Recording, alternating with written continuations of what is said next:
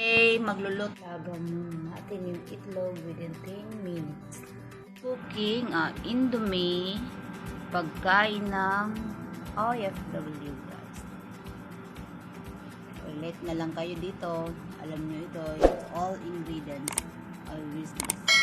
Vegetable natin, cabbage, green and red bell pepper, carrots, beans, green chili, spring onion, chili powder, salt and black pepper, garlic, onion, oil, the egg for design only,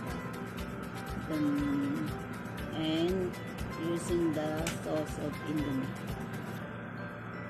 and additional sauce, the hot sauce and in the pot was mild sweet sauce. And the main ingredients is noodles.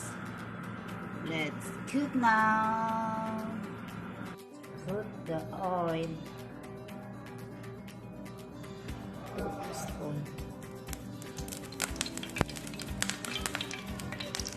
Lagay na natin garlic.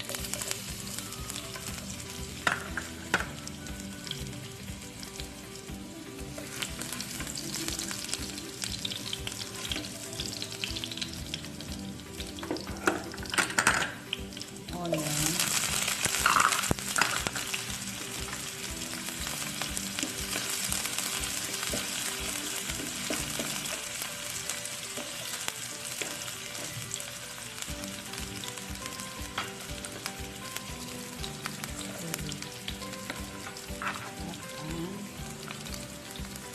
Onion.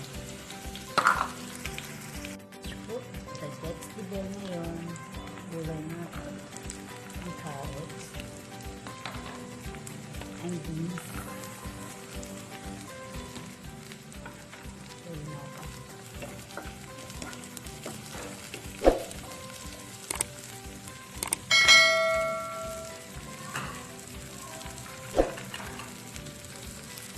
Let's cook the salt and black pepper. Chili powder. Ito parang food coloring siya, hindi siya masyadong mahal. The next is the sauce of Indomie. Oil. Another one.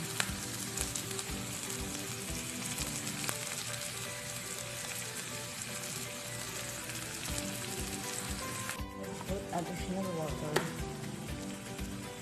Ano lang.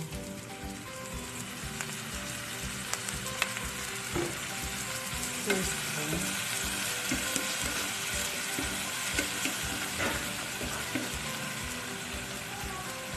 I put now the red and green pepper.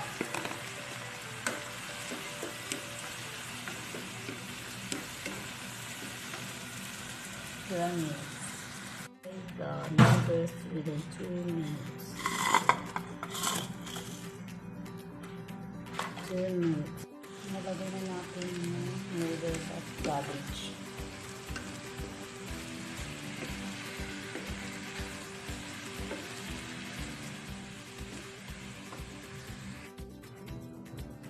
Done.